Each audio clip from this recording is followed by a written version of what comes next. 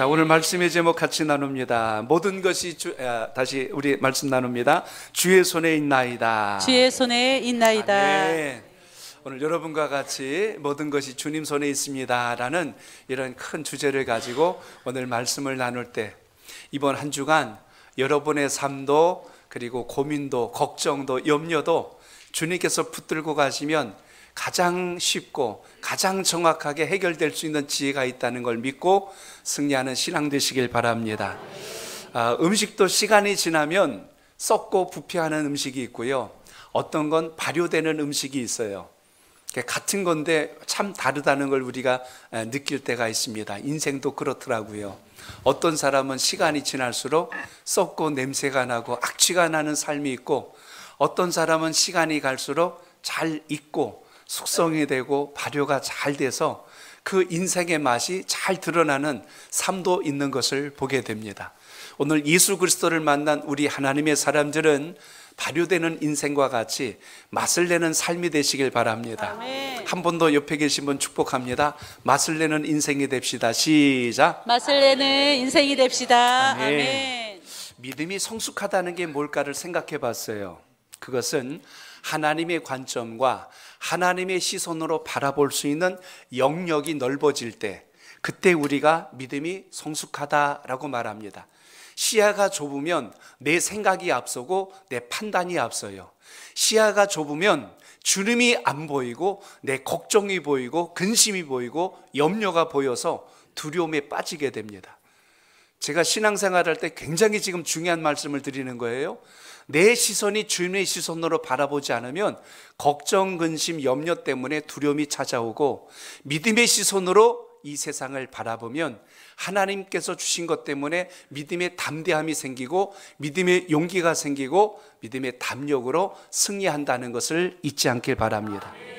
20, 30년 신앙생활 오래 했다 하고 시간의 연수와 기간을 자랑하기보단 우리의 상황 속에 역사하시는 주님을 붙들고 갈 때 그 믿음의 아름다운 증거들이 맛을 내는 인생처럼 드러날 수 있다는 것입니다. 이스라엘 백성들이 홍해를 건널 때 여러분 한번 떠올려 보시기 바랍니다. 200만이 넘는 엄청난 숫자가 모세 한 사람 바라보고 나온 거예요. 하나님 바라보고 나온 게 아니라 모세가 저 약속의 땅으로 가자 했더니 따라온 겁니다. 모세는 하나님을 바라보고 나왔고 하나님의 백성들은 모세를 보고 따라 나왔는데 문제가 생겨요. 홍해 앞에 도달했을 때 뒤에서 바로의 군대가 추격해오자 이들의 입에서 즉시 나온 말은 원망과 불평, 두려움과 낙심이었어요. 모세가 이렇게 이야기합니다. 애굽 땅에서 무덤이 없어서, 매장지가 없어서 우리를 여기다 수장시키려고 여기까지 끌고 왔냐고 모세에게 저주를 퍼붓습니다. 그들의 시선은 누굴 본 거냐면 홍해를 바라봤고 뒤에서 추격해오는 바로의 군대를 봤어요. 모세의 시선은 정확했습니다. 여호와 하나님을 향했다는 거예요. 너희들은 오늘 하나님께서 우리에게 역사하시는 증거를 보라. 너희들은 가만히 있어서 오늘 하나님이 우리를 향하여 어떻게 하시는지 보라라고 주님을 보라고 말씀을 전합니다. 그랬더니 어떤 일이 벌어집니까? 믿음이 없으면 하나님께서 역사하시는 홍해가 무덤으로 보이고, 믿음이 있으면 홍해가 하나님이 역사하는 길로 보인다는 이야기입니다. 여러분의 신앙하는 인생길이 홍해 앞에 다다라서 절망하는 자가 아니라, 두려움에 빠진 인생이 아니라 하나님께서 길을 여시는 걸 볼 수 있는 믿음의 시야가 넓어지길 바랍니다. 눈 감고 기도하면 하나님이 다 해주실 것 같아요. 근데 눈 딱 뜨는 순간 두려움이 또 밀려옵니다. 걱정이 또 밀려와요. 오늘 예배 드리고 다 은혜 받아서 아멘 이렇게 하고 예배당 문턱을 탁 나가면 내일부터 또 출근이네, 내일부터 또 일해야 되네, 이거 어떻게 하면 좋지? 이제 걱정과 근심이 태산이에요. 우리는 믿음과 삶이 이렇게 분리가 될 때가 많다는 것입니다. 신앙이 있다는 것은 하나님의 관점으로 세상을 보는 통찰력을 키워나가는 능력입니다. 오늘 여러분 하나님의 관점으로 보면 애굽 왕이었던 바로와 그의 군대는 오늘 그 홍해가 매장되는 곳이지 하나님의 백성들을 붙들어 몰살시킬 땅이 아니라는 것을 우리가 알게 된다는 것입니다. 여러분 인생의 홍해 같은 문제와 어려움을 만났을지라도 오늘 이 시간 믿음의 관점으로 주님의 뜻을 볼 수 있는 그 능력을 키울 수 있는 소중한 시간이 되시길 바랍니다. 응답이란 게 뭘까요? 하나님께서 여러분에게 뭘 주시기를 아까워서 안 주시는 것이 아니라 하나님께서 여러분에게 허락하고 부어주시는 것을 담을 수 있는 그릇이 되어야 하는데 믿음의 용량이 키워지고 담을 수 있는 힘이 있기를 바랍니다. 받을 만한 그릇이 되어야 복도 그 안에 담겨진다는 이야기예요. 그래서 오늘도 기도할 때 주여 제 믿음의 그릇과 용량을 키워주시옵소서. 이 믿음의 고백이 살아있기를 바랍니다. 인생에 걱정하고 근심하고 염려하며 불안해지는 이유가 있어요. 그것은 하나님께서 하실 일을 내가 붙들고 있기 때문에 그래서 어렵습니다. 가만히 한번 생각해 보세요. 죽을 것 같네, 힘드네, 못 살 것 같네. 근데 여러분 오늘 이 자리에 다 계시잖아요. 안 죽고 여기 계시고 못 살지 않고 와 계시고 또 내일을 기대하며 와 있어요. 결국 내 머리로 걱정하고 근심하는 걸 주님께 옮기지 않으면 그 무게에 눌려갖고 우리 입에서는 불평이 나가고 원망이 나가고 두려움에 떨어진다는 것입니다. 그래서 오늘 예배를 통해서 주님 우리에게 성숙한 신앙, 하나님의 관점으로 세상을 볼 수 있는 능력을 주시옵소서. 이 은혜가 있기를 바랍니다. 오늘 본문 내용은 다윗이 이스라엘 모든 역사를 이끌어오면서 마지막 하나님께 영광을 돌리고자 성전을 봉헌하려고 준비했어요. 근데 하나님께서 그러시는 거예요. 다윗아, 너의 모든 그 마음은 내가 이미 받았느니라. 그러나 너는 전쟁터에서 내 손에 피를 너무 많이 묻혔기에 너가 아니라 너 다음 때에 가서 성전을 짓게 할 것이다. 그러니 너는 하나님 앞에 영광을, 나 앞에 영광을 올리는 모든 것을 준비하라. 다윗은 그래서 성전을 봉헌할 수 있는 모든 준비를 갖춰나가며 온 백성들과 함께 기쁨과 감사의 마음을 담아서 오늘 기도하고 노래한 내용이 오늘 본문 속에 담겨 있습니다. 다윗은 이스라엘 통일 왕국을 이루는 두 번째 왕으로 등극하게 되는데 다윗의 출생을 보세요. 유다 지파 이세 집안의 8번째 자녀들 가운데 막내예요. 양을 치는 집안입니다. 뭐 특별히 왕족이라든지 뭐 배경이 출중하다든지 그런 거 아니에요. 근데 하나님께서 다윗을 주목하여 보셨고 그를 통하여 이스라엘을 이끄시겠다고 뜻을 정하신 겁니다. 다윗은 양을 치는 자요, 하나님을 섬기는 자요, 주님의 기쁘신 뜻대로 살기를 소망하는 그 모습을 하나님이 보실 때 귀하게 여겼다는 것입니다. 이쯤 되면 우리는 그럽니다. 다윗은 뭐 그냥 뭐 금수저 아닙니까? 하나님께 붙들림 받아서 인생이 잘 된 거 아닙니까? 근데 다윗의 생애를 한번 놓고 보세요. 다윗의 적이요, 안팎으로 수두룩했어요.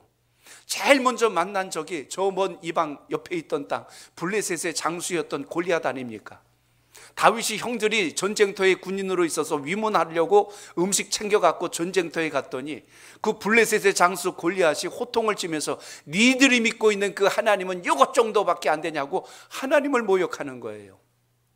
다윗은 아직 20세가 아니었기 때문에 군인이 아닙니다.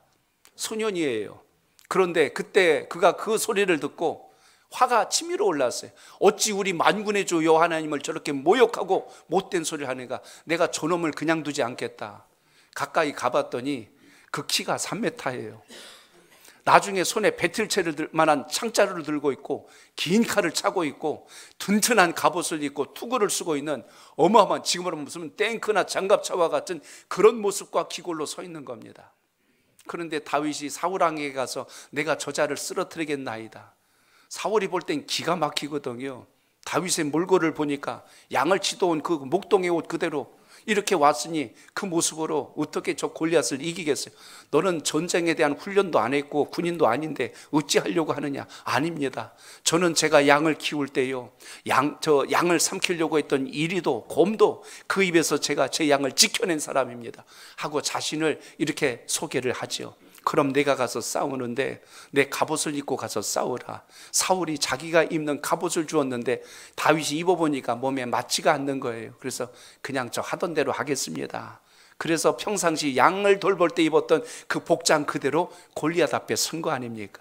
결국 어떤 일이 벌어졌어요? 다윗이 골리앗을 쓰러뜨렸어요? 넘어졌어요? 쓰러뜨렸어요. 여러분은 성경 말씀을 너무나 잘 알고 계셔요. 근데 다윗이 총으로 이겼어요? 칼로 이겼어요? 돌로 이겼어요. 물맷돌로 이긴 거예요. 잘 놓고 생각해 보세요. 다윗이 물맷돌 5개를 들고 갔는데 5개 다 던져가지고 쓰러뜨린 게 아니라 하나를 던졌는데 쓰러졌어요. 아무리 돌을 잘 던진들 그 돌 한 방 맞았다고 과연 죽을까? 그런데 골리앗은 그 돌 하나에 쓰러져 버렸어요. 돌이 능력이 많아요? 하나님이 능력이 많아요? 그래요. 돌이 쓰러뜨린 거예요? 하나님이 쓰러뜨린 거예요? 아멘. 그 신앙으로 신앙하시길 바랍니다. 어느 젊은 목사님이 학생들에게 설교하는 걸 제가 유튜브에서 잠깐 본 적이 있는데 그렇게 이야기합니다. 이걸 아주 쉽게 설명한 거예요. 다윗이 그날 돌이 없었다고 빈몸으로 갔다면 골리앗을 이겼을까요? 졌을까요? 여러분 생각은 어때요? 이겼죠? 무기가 없어도 이겨요. 좀 더 이걸 좀 극대화시켜 볼게요. 다윗이 갔는데 손에 무기가 없었어요. 그래갖고 골리앗한테 네가 우리 하나님을 욕되게 했어? 에이 퇴 하고 침뱉었어요. 골리앗이 죽었을까요? 살았을까요? 죽었어. 그래. 우리가 생각할 땐 기가 막힌 일이 어떻게 침뱉었다고 사람이 죽겠냐고. 근데 그러는 거예요. 이걸 좀 극대화해서 상상의 날개 좀 펼친 거예요. 다윗이 침을 뱉었는데 그 침이 날아가서 눈에 들어갔는데 그게 세균이 돼가지고 급속도로 몸을 병들게 해서 갑자기 즉사해버렸어요. 하나님께서 하시면 그럴 수 있어요? 있어요? 있어요. 여러분이 살면서 내 앞에 골리앗과 같이 큰 문제가 생겼다면 두려워 떨고 위축될 것이 아니라 손에 돌멩이 들고 있다고 이까지 돌멩이가 무슨 능력이 있다고. 근데 그 돌멩이가 뭐로 보이냐면 우리가 하나님께 드리는 예배요, 기도요, 찬송이요, 믿음으로 하나님 앞에 섬기는 모든 봉사요, 헌신이요, 충성인데 내가 볼 땐 이까지 것 같고 내가 이 세상을 어떻게 이기냐고 버렸다면 오늘 하나님 안에서 여러분에게 주신 능력은 여러분의 잘남과 똑똑함이 아니라 하나님의 능력으로 세상을 이긴다는 사실을 오늘도 기억하시길 바랍니다. 그렇기 때문에 오늘 말씀에서 여러분이 붙들어야 될 것이 있습니다. 다윗이 왜 하나님께 이렇게 쓰임받았을까 하는 그 부분이에요. 사도행전 13장 22절에 보면 하나님께서 다윗을 이렇게 바라보셨습니다. 우리 같이 읽어봅니다. 시작. 패하시고 다윗을 왕으로 세우시고 증언하여 이르시되 내가 이새의 아들 다윗을 만나니 내 마음에 맞는 사람이라 내 뜻을 다 이루리라 하시더니 아멘. 하나님 마음에 딱 맞았대요. 인생을 살아도 마음 맞는 사람하고 살아야 행복하지 마음 맞지 않는 사람하고 사는 게 얼마나 힘든가 살아보셔서 알잖아. 같이 사는 사람이 마음이 맞아야 행복하지 그 마음이 안 맞으면 세상에 힘들어도 이렇게 힘들 수가 없을 거예요. 인생이 살 때 수많은 사람들이 있지만 하나님께서 주시는 은혜와 맞는 마음으로 살아갈 수 있는 은혜가 있기를 바랍니다. 좋은 사람 만나고 사는 것도 쉽지 않은데 힘들고 어려운 것 가지고 고민하며 염려하지 말고 주님께서 역사하여 주시라고 하나님의 시선으로 바라볼 수 있게 해달라고 구하는 믿음의 지혜가 여러분 삶 속에 있길 바랍니다. 사람의 눈으로 보면 다 걱정이요 염려예요. 그런데 믿음의 시선으로 바라보면 하나님께서 그 속에서 일하실 일이 있다는 것을 기억하시길 바랍니다. 그래서 오늘 강조하는 겁니다. 주여 믿음의 시선으로 보게 하옵소서. 그래서 오늘 여러분 기도도 그런 거예요. 눈 감고 기도하면 하나님이 다 해주실 것 같아. 근데 눈 떠버리면 또 걱정 근심 때문에 염려하며 살잖아요. 그래서 저는 오늘 여러분에게 말씀합니다. 주여 눈을 뜨더라도 주님의 관점과 시선으로 볼 수 있는 그 능력을 주옵소서. 그러니까 사람의 표면을 보지 말고 내면을 볼 수 있는 안목과 통찰력이 여러분 삶 속에 있기를 바랍니다. 다윗은 양을 치는 평범한 평민이었어요. 근데 하나님 손에 붙들리니까 골리앗 앞에 섰을 때 돌멩이 하나로도 쓰러뜨렸다는 겁니다. 다윗의 적이 골리앗만 있었을까요? 나라 안으로 들어오면 그것 때문에 그 나라의 왕이었던 사울이 다윗을 시기하고 질투하여 죽이려고 하지 않습니까? 다윗은 만만이고 사울은 천천히요. 저는 이걸 좀 쉽게 이해하려고 돈으로 표현합니다. 다윗은 10,000원짜리요, 사울은 1,000원짜리요. 이러니까 사울이 자존감이 상해버려가지고 내가 저 다윗을 그냥 두지 않겠다. 그래서 다윗을 죽이려고 군사를 3,000명이나 동원해서 다윗 숨어있는 곳을 찾아내려고 그랬어요.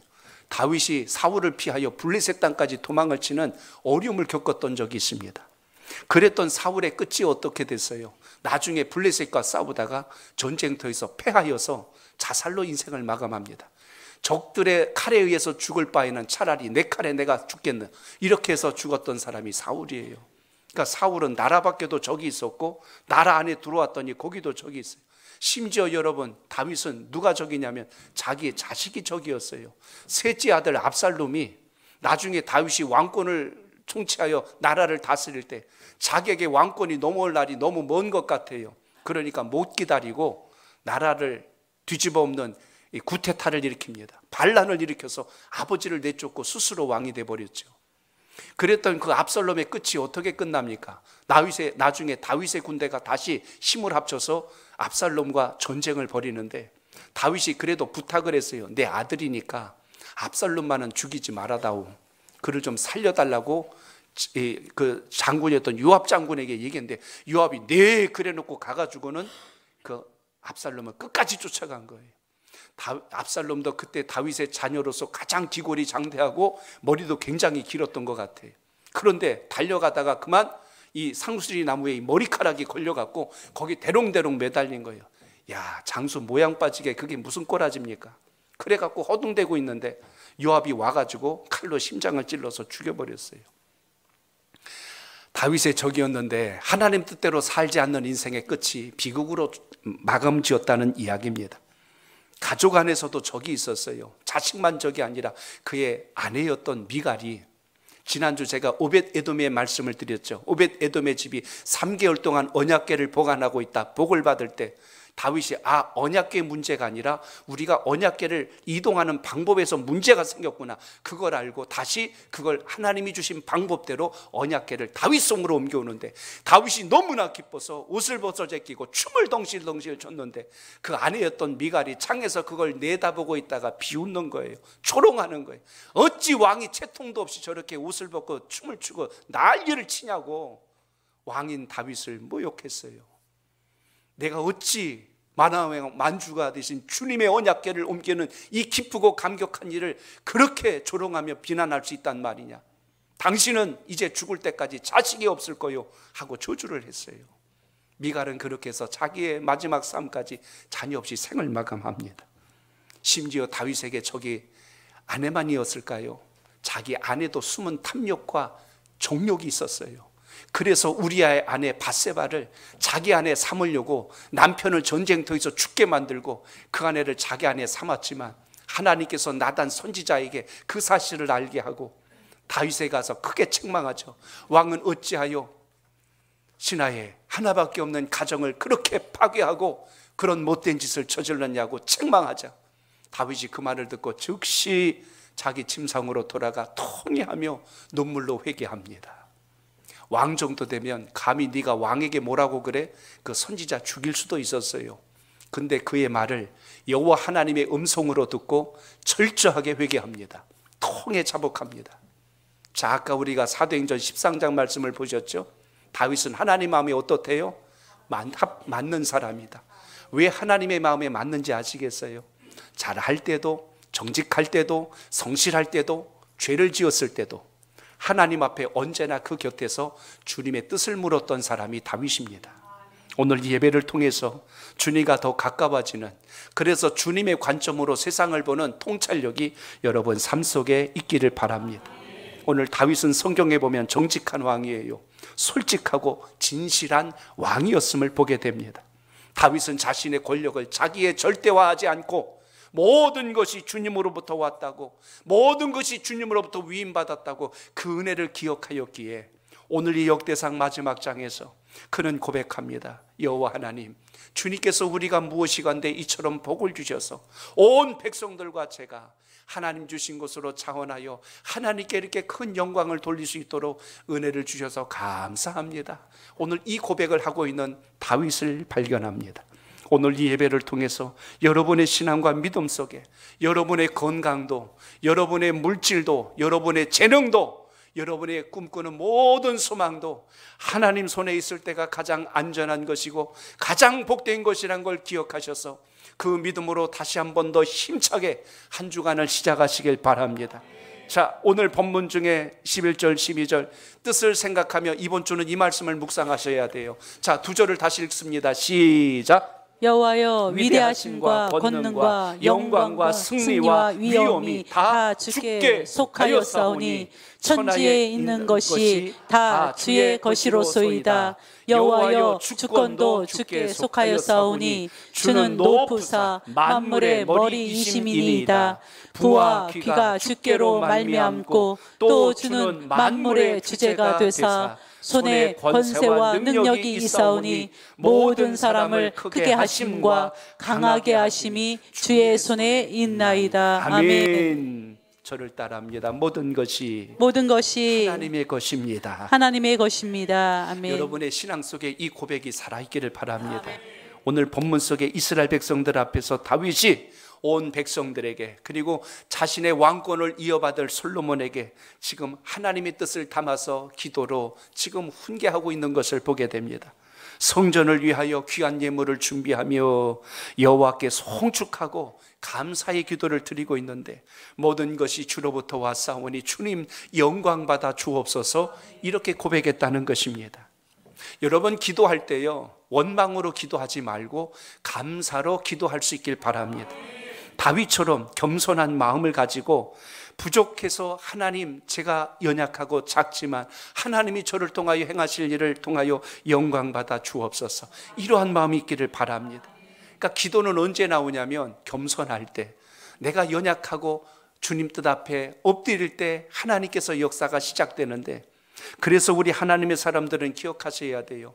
부족해도 기도하는 사람이 넉넉하다고 기도 안 하는 사람보다 훨씬 더 낫다는 걸 기억하시길 바랍니다. 하나님은 누굴 기억하시냐면 하나님께 매달리고 기도하고 의지하는 인생을 통하여 하나님의 뜻을 나타내 주십니다.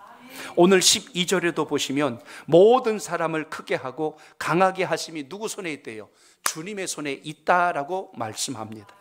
내 손에 있다라고 하니까 힘들고 어려운 일이 생겼을 때 넘어져요. 두려움에 빠지게 되고 절망하게 되고 원망할 때가 많다는 것입니다.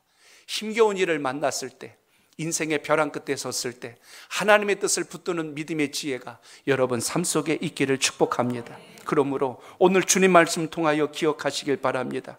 눈을 뜨면 세상이 보이기 때문에 두려운 것이 아니라 우리가 믿음의 안목을 가지고 세상을 볼 수 있는 통찰력이 여러분의 삶 속에 있기를 바랍니다. 오늘 우리 인생 속에 이것만 아니면 내가 살겠다라고 했는데 사실 여러분 붙들고 있는 것이 전부가 아니란 걸 깨달았을 때 얼마나 또 허무함에 빠져요. 야, 이것만 있으면 내가 살 줄 알았는데 이게 전부가 아니었구나 하고 인생을 살면 살수록 우리가 경험하는 것이 많다는 것입니다. 다윗 인생도 그래서 파란만장한 삶을 사는 거예요. 골리앗도 쓰러뜨려 보았고 사울로 인하여 죽을 고비를 수도 없이 넘겼는데 죽지 않고 살아났을 뿐만 아니라 심지어 사랑하는 아들이 사랑하는 아내가 자기를 대적하고 모욕하고 멸시하는 아픔도 겪어봤고 자기 안에서 일어나고 있는 온갖 음욕과 정욕과 탐욕 이기적인 욕망도 보았던 거예요. 겉으로 볼 땐 그렇게 위대하고 거룩하고 위대한 왕인 줄 알았는데 그 속을 들여다보니까 적 중에 적이 내 속에 숨어 있는 거예요. 그 다윗이 하나님을 의지하고 모든 것이 주로부터 왔사오니 주님 영광 받아 주옵소서. 오늘 본문에 말씀하지 않아요? 천지에 있는 것이 다 주의 것이로소이다. 오늘 말씀 보니까 오늘 이 주님의 것이란 것 속에는 모든 소유가 나의 것이 아니라 주님 것이라고 다윗이 고백합니다. 또 하나는요, 모든 일의 책임자, 관리자가 내가 아니라 주님이란 거예요. 여러분이 아무리 좋은 약 많이 먹고 운동 많이 하고 한다 해도 하나님이 여러분의 생명을 지켜주셔야 여러분의 생명이 주님 안에 있다는 것을 기억하시길 바랍니다. 내가 아무리 재물을 끌어모으려고 이렇게 저렇게 굶고 허리띠 졸라매고 쓸어 모았는데 한순간에 엉뚱한 곳에서 쑥 빠져나갈 수도 있는 거 아닙니까? 그렇기 때문에 내 머리로 계산한 게 인생의 전부가 아니라는 것을 인생을 살면 살수록 알게 된다는 것입니다. 오늘 말씀에 다윗이 그거라는 거예요. 모든 것이 주로부터 왔고 주님께 돌아갑니다.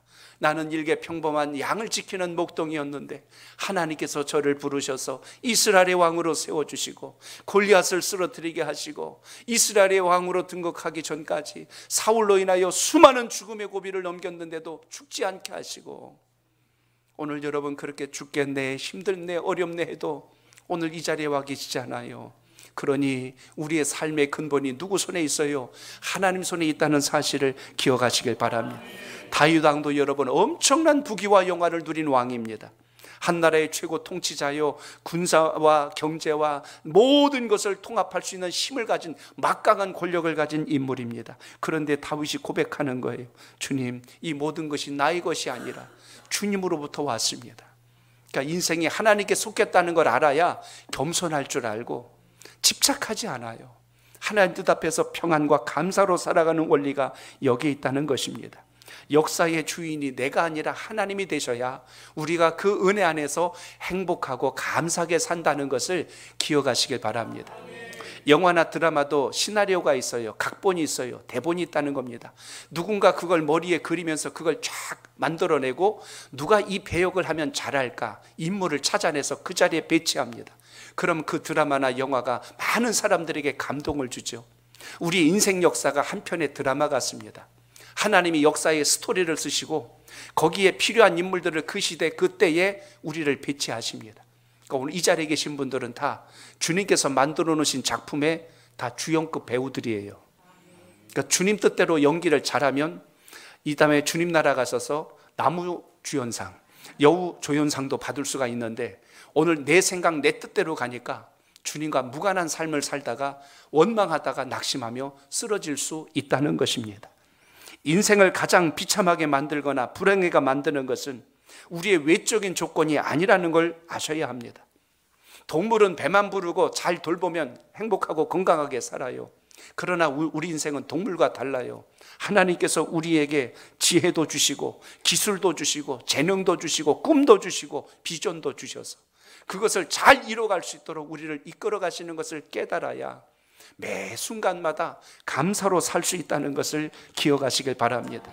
우리가 아플지라도 병들었을지라도 내 수중에 재물이 조금 적을지라도 우리가 예수 그리스도 안에 있는 주님 손에 붙들린 주의 자녀란 걸 알아야 행복하게 살 수 있다는 것입니다. 그러므로 오늘 이 시간 다시 한 번 더 하나님의 뜻 안에 거하는 믿음의 지혜가 여러분 삶 속에 있길 바랍니다. 제가 성경의 인물들을 쭉 다시 되돌아보며 묵상하다가 지금 사도 바울을 또 본 거예요. 하나님의 은혜를 깨닫는 사람은 모두 고백하는 게 똑같구나. 그래서 제가 바울이 고백했던 것, 로마 교회를 향하여 썼던 로마서하고요, 고린도 교회를 향하여 썼던 고린도전서에서 오늘 다윗과 똑같이 고백한 두 구절을 좀 찾았어요. 여러분 고린도전서 6장 19절 보시기 바랍니다. 같이 읽습니다. 시작. 너희 몸은 너희가 하나님께로부터 받은 바 너희 가운데 계신 성전의 전인 줄을 알지 못하느냐. 너희는 너희 자신의 것이 아니라. 아멘. 우리는 우리 자신의 것이 아니라 주님으로부터 부여받은 은혜의 삶이라는 것을 오늘 기억하시길 바랍니다. 바울이 그걸 깨달은 거예요. 로마서 한 군절 더 볼까요? 로마서 11장 36절 시작. 이는 만물이 주에게서 나오고 주로 말미암고 주에게로 돌아감이라. 그에게 영광이 세세에 있을지어다. 아멘. 모든 것이 주님으로부터 나와서 주님으로 인하여서 다시 주님께로 돌아간다. 이게 우리가 인생을 살아가는 원리라고 제가 말씀드리잖아요. 주로부터 와서 주님 뜻대로 살다가 주님께 돌아가는 삶, 그게 가장 행복하고 이 땅에 주님께서 맡겨주신 그 배역에 맞게 우리가 이 땅에서 쓰임받고 있다는 사실을 기억하시길 바랍니다. 영화나 드라마도요, 주인공이 돋보여야 되는데 엑스트라나 조연이 돋보이면 안 되잖아요. 저쪽에서 총이 딱 날라, 주인공은 총 10발 막아도 안 죽어요. 죽었다 또 일어나고 또 할 말 다 하고 그래요. 근데 엑스트라가 총 맞았는데 쓰러졌다 또 일어나가지고 가고 쓰러졌다 또 일어나서 가고 막 이러면 그 드라마 망쳐버립니다. 제가 드린 말씀의 여지는 하나님의 백성은 이 땅에서 고난의 길을 갈지라도 가시밭길을 갈지라도 시련을 만날지라도 이기게 하시고 승리하게 하시는 것이 주님의 역사 안에 있다는 것을 기억하시고 오늘 말씀의 제목처럼 주님 손에 붙들린 삶이 여러분의 인생이 되시길 바랍니다. 그래서 다윗은 그걸 경험하였기에 시편에서 이렇게 고백한 거예요. 시편 31편 15절 다윗의 고백입니다. 시작. 나의 앞날이 주의 손에 있사오니 내 원수들과 나를 핍박하는 자들의 손에서 나를 건져 주소서. 아멘. 주님 손 딱 잡고 가면 악한 권세도 원수마귀도 여러분을 해코지하지 못한다고 성경이 기록한 겁니다. 근데 주님 손 놓고 내가 내 마음대로 해보겠다고 하니까 그 어려움, 그 고난, 그 시련, 그 염려가 내 머리에 잔뜩 쌓여 있어갖고 힘드네, 어렵네, 죽겠네, 못 살겠네 그러며 사는 거예요. 늘 감사하다고 하는 분이 편해서 감사할까? 그분 사정 들어봐도 그 집안에 아픔이 있고 우환이 있고 상처가 있고 고난이 있는데 그런데 늘 감사하며 사시더라고요. 가만히 보니까 주님 손 꼭 잡고 주님 말씀 의지하고 사니까 그 힘든 상황 속에서도 감사와 은혜가 떠나지 않아요. 오늘 여러분 이 은혜가 오늘 주님께서 우리에게 주시는 축복이란 걸 기억하시고 그 믿음이 함께 하시길 바랍니다. 그리고 오늘 본문을 지나서 15절에 보니까 이런 말씀이 나와요. 15절 봅니다. 시작. 우리는 우리 조상들과 같이 주님 앞에서 이방 나그네와 거류민들이라. 세상에 있는 날이 그림자 같아서 희망이 없나이다. 아멘. 우리는 이 땅에서 나그네란 사실을 고백해야 된다는 것입니다. 하나님, 우리는 이 땅에서 이방 나그네와 같습니다. 거류민과 같습니다. 잠시 머물다가 떠나는 사람, 그게 거류민이에요. 여행하는 자와 같다는 뜻을 오늘 본문에서 소개합니다. 여러분 다 집 장만하고 가정에서 사니까 야 이제 됐다 이게 아니라 주님께서 부르시면 그거 다 놓고 가야 되는 게 우리 인생이란 사실입니다. 그렇기 때문에 나그네 신앙으로 거류민과 같은 믿음으로 살면 우리가 이 땅에 미련이나 집착이나 욕심으로 사는 게 아니라 매 순간 감사와 은혜로 주여 저를 사용해 주셔서 감사합니다. 주님의 도구가 되게 해주셔서 감사합니다. 이런 믿음의 고백을 가지고 사는 것이 그리스도인 하나님의 사람입니다. 그래서 예수 믿는 사람들은 입술에 긍정이 있어요. 입술에 이 낙천적인 성격이 있습니다. 하나님께서 해주실 텐데요, 주님께서 역사할 걸 믿습니다. 그러니까 똑같이 시간 지나고 보면 걱정했던 사람도 지나고 보면 그거 온데간데 없이 사라지고, 감사하며 살았던 분도 그 힘들었던 시간이 지나치는데 걱정하며 사는 게 감사할까? 아니면 하나님 앞에 감사하며 사는 게 복이 있을까? 오늘 여러분 삶 속에 본질을 잃지 않길 바랍니다. 미국이 한동안 잘 사니까 그거 영주권 얻으려고 너나 할 것 없이 아메리카 드림으로 미국을 찾아가기 시작했어요. 이제 동남아시아에 있는 사람들이 코리안 드림을 꿈꾸고 우리나라의 영주권, 이 땅의 시민권을 얻고 싶어서 이 땅을 오는 일까지 지금은 시대가 달라졌습니다. 그러나 우리의 영원한 시민권, 영원한 영주권이 영원한 본향 천국에 있다는 사실을 여러분 잊지 않기를 바랍니다. 사도 바울이 우리의 시민권에 대한 이야기를 이렇게 전합니다. 빌립보서 3장 20절 읽어봅니다. 시작. 그러나 우리의 시민권은 하늘에 있는지라 거기로부터 구원하는 자 곧 주 예수 그리스도를 기다리노니. 아멘. 주님께서 계신 그곳, 주님을 만날 수 있는 그곳, 그러므로 여러분에겐 이미 하나님 나라의 시민권이 주어져서 그 믿음을 따라 그 본향에서 함께 만날 수 있는 은총이 여러분 속에 있길 바랍니다. 이 땅에서 가장 지혜롭다고 했던 이스라엘 땅에 왕이 있었죠. 누구지요? 네, 성이 솔시인 솔로몬이 있었어. 이 솔로몬이요, 왕권을 누려봤고 부귀와 영화를 누려봤고 모든 걸 다 누려봤어요. 그러니까 이렇게 누렸더니 참 좋더라 해가지고 쓴 게 전도서인 줄 알았더니 전도서 1장 딱 시작하면서 그의 입에서 나온 말이 이런 고백입니다.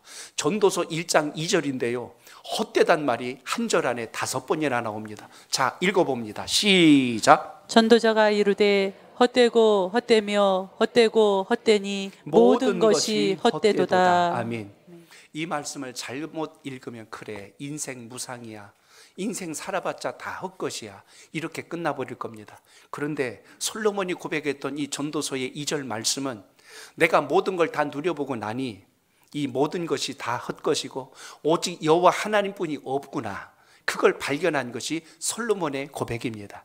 그러니까 전도서를 쭉 읽으면 인생이 헛되고 무상하다는 걸 이야기한 게 아니라 우리가 인생을 살 때 하나님 없으면 이 세상에 뭘 가져도 그건 의미가 없다, 그걸 오늘 전한 것이 전도서의 말씀입니다. 그런데 우리는 살면서 물질 때문에, 사람 관계 때문에, 자식 때문에, 내 인생의 꿈이 성취되지 않는 것 때문에 이 틀 안에 갇혀갖고 주님이 하시는 것을 보지 못하는 어두운 삶 속에서 헤어나오지를 못하고 있어요. 조금만 우리가 시선을 바꾸면 주님의 뜻이 보이고 하나님의 계획하심이 보이는데, 내가 볼 것만 바라보니까 인생이 먹구름이에요.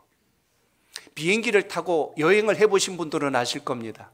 우리가 하늘을 보면 먹구름이 잔뜩 껴있거나 비가 올 때가 있는데, 이 비행기가 그 구름을 뚫고 위로 올라가 버리면 광명한 태양이 쫙 비치는 걸 볼 때가 있어요.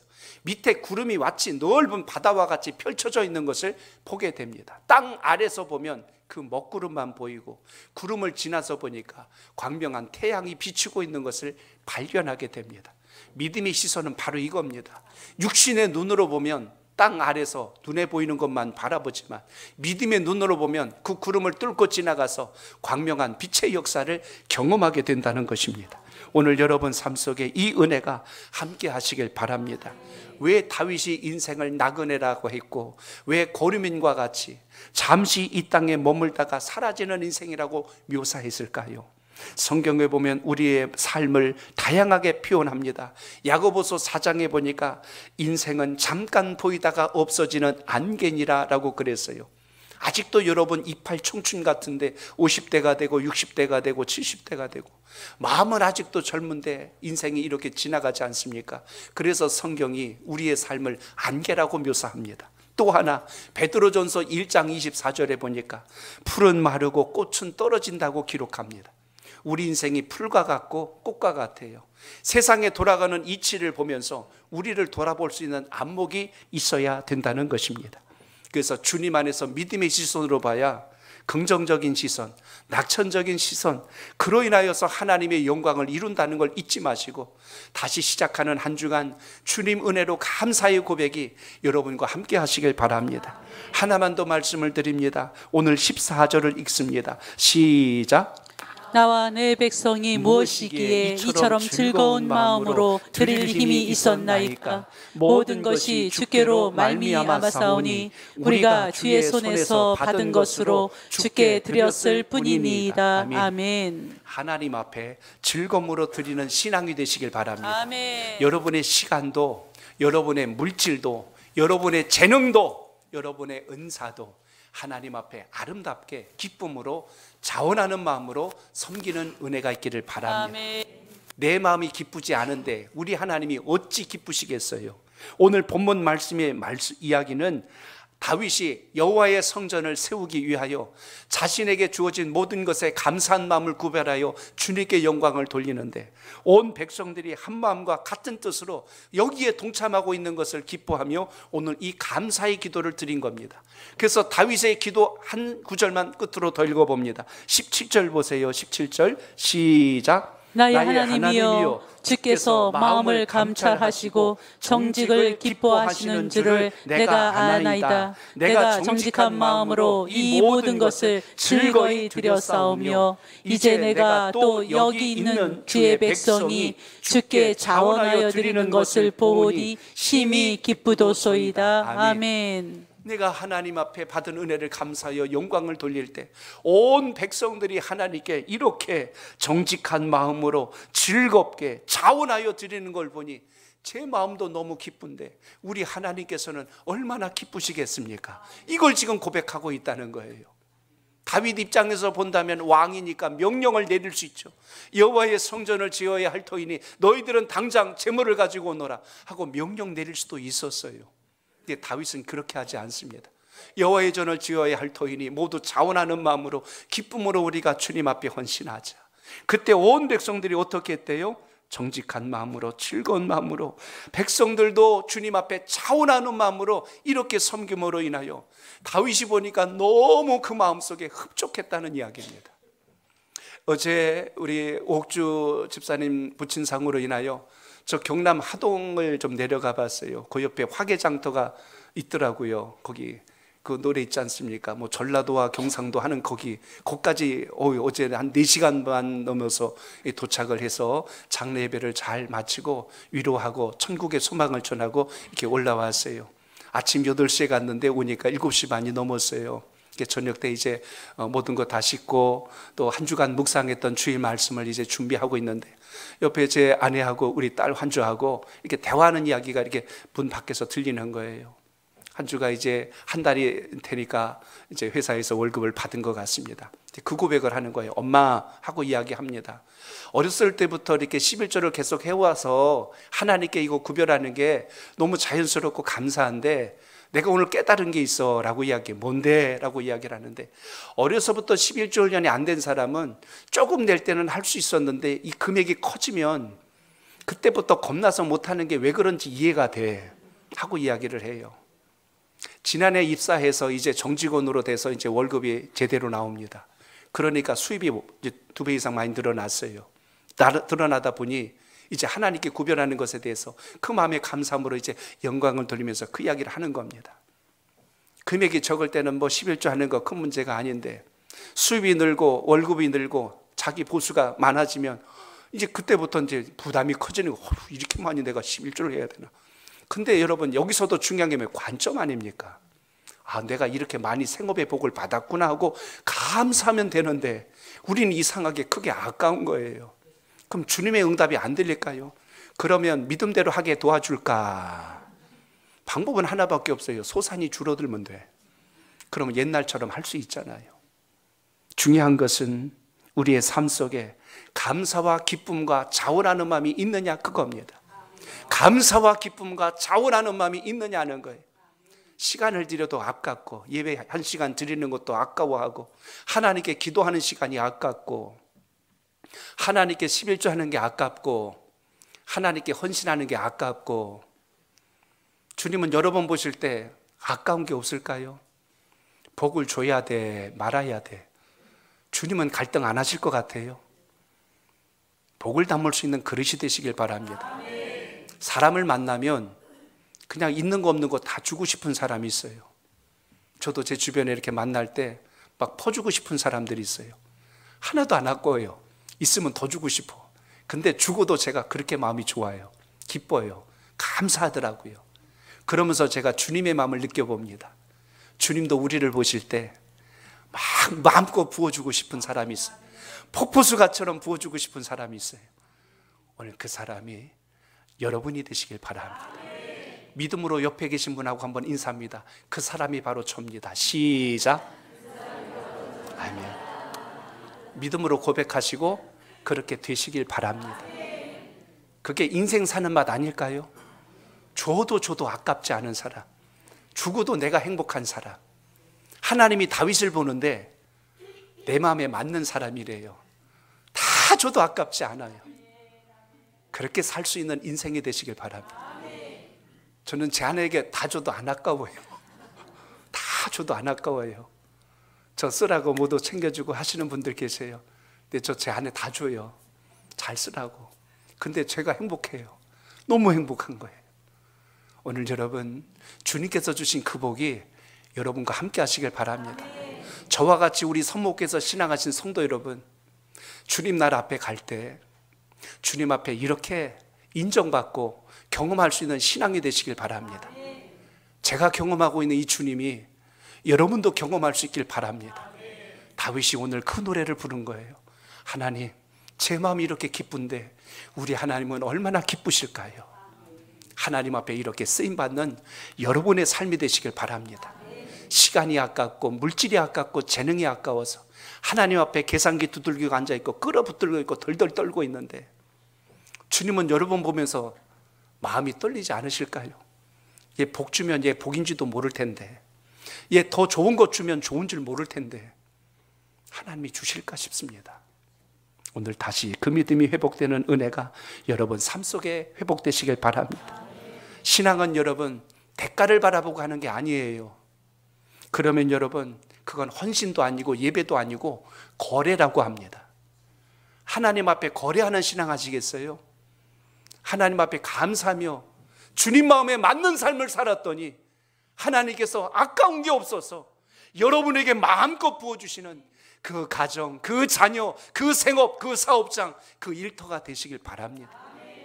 그렇게 복받는 우리 선목교회 교우 여러분 되시기를 주의 이름으로 축복합니다. 일본의 신학자 우찌무라 간조가 많은 글들을 남겼어요. 그분이 썼던 글 중에 한 부분을 제가 좀 인용할까 합니다. 만일 하나님께서 인간을 저주하신다면 질병이나 실패나 배신이나 죽음으로 저주하지 않으실 것이다. 그러나 이 세 가지로 저주하실 것이다.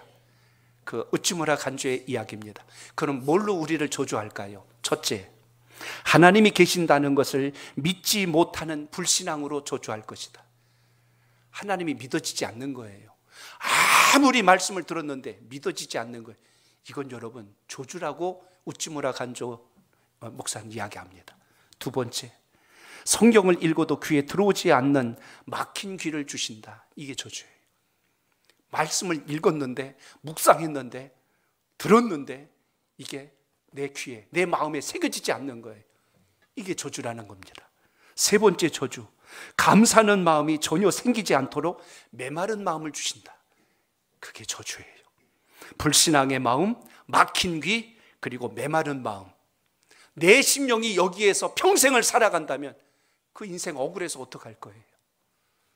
주님 앞에 시간 내고 물질 고백하고 주님 앞에 충성하고 왔는데 이 마음과 감동도 없이 평생을 살아간다면 이처럼 불행한 신앙이 어디 있을까요?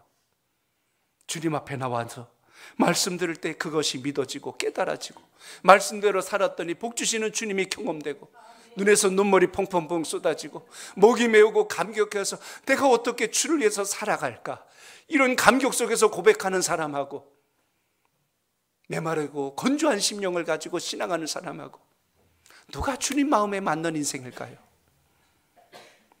찰스 스퍼전 목사님의 이야기를 하나 전하면서 말씀을 맺고자 합니다. 그분은 감사를 이렇게 이야기했어요. 별빛을 보고 감사하는 사람은 달빛을 주시고 달빛을 보고 감사하는 사람에겐 햇볕을 주시고 햇볕을 보고 감사하는 사람에겐 영원토록 변치 않는 그 하늘의 광명한 빛을 주신다. 그 빛이 여러분의 삶 속에 임하시기를 주의 이름으로 축복합니다. 2001년 1월 9일자 국민일보 신문에 올라왔던 기사가 있었습니다. 우리 교회가 2001년도 7월 7일 설립했는데 설립을 준비하고 있었을 때 제가 그 기사를 읽은 적이 있거든요. 저 영덕에 가면 거기 구계라고 하는 동네가 있습니다. 거기 교회를 섬겼던 한 집사님 이야기가 있는데요. 그때 당시 헤드라인으로 크게 올라온 것이 한국판 베드로의 기적이라고 소개된 적이 있습니다. 김상태 집사입니다. 그가 섬겼던 교회는 영덕 시골교회라 슬레이트로 되어 있는 지붕에 비가 줄줄 새는 그런 허름한 교회였어요.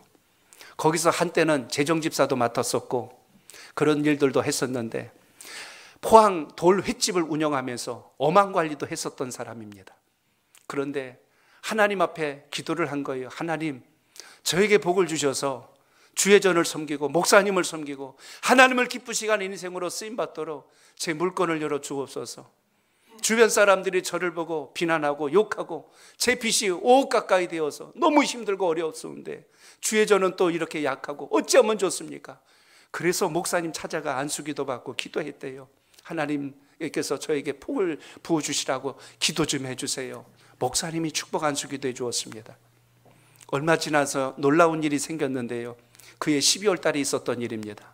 동네 일하는 한 사람이 찾아오더니 형님 좀 나와보세요. 그래서 왜? 그러고 나왔더니 밖에 형님 어망에 방어떼가 많이 들어왔어요. 그런데 얼마나 들어왔길래 하고 나가봤더니 깜짝 놀랐다는 거예요.